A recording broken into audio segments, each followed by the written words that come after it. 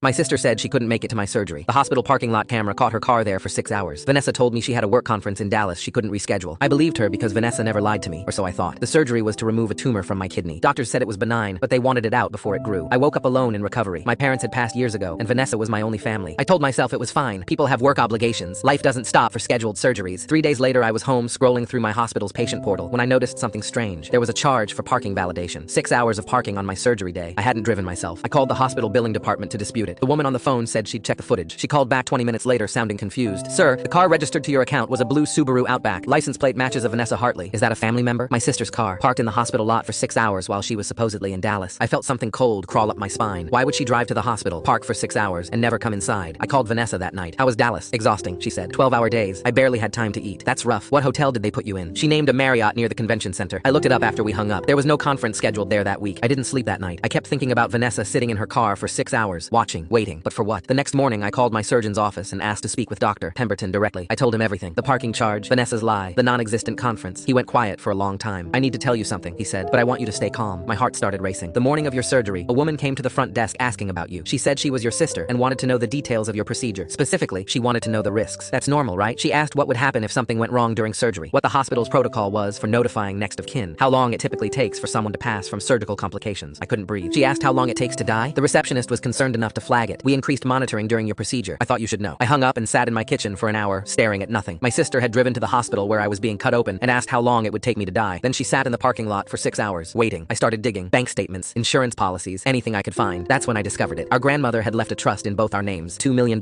split evenly. But there was a clause. If one beneficiary died before the age of 40, the entire trust went to the surviving sibling. I was 38. The surgery had a 3% mortality rate. Vanessa had done the math. I called a lawyer that afternoon, changed my will, updated my beneficiaries, documented everything. Then I called Vanessa. I know you were at the hospital. She didn't say anything for 5 seconds. What are you talking about? Your car was in the parking lot for 6 hours. You asked the staff what would happen if I died during surgery. That's insane. I was in Dallas. There was no conference in Dallas. I checked. More silence. Then her voice changed, got harder, colder. You weren't supposed to survive. What? The surgery. You weren't supposed to survive it. I felt my blood turn to ice. I've been waiting for years, she continued. Do you know what it's like watching you waste that money while I struggle? Grandma gave us equal shares, but you don't deserve it. You've never deserved it. So you wanted me dead. I wanted what was mine. She hung up. I went to the police that night, showed them everything. The parking footage, the receptionist's report, our recorded conversation. They arrested Vanessa 2 days later. She'd already contacted 3 different people about hiring someone to finish what the surgery didn't. My own sister wanted me dead for money I would have shared if she'd just asked. I changed my locks, my phone number, my entire life. The trust fund sits untouched because I can't look at it without seeing her face. Sometimes I wonder if she ever actually loved me, or if she was always just waiting for the right opportunity. I survived a tumor removal. I'm still trying to survive my sister's betrayal.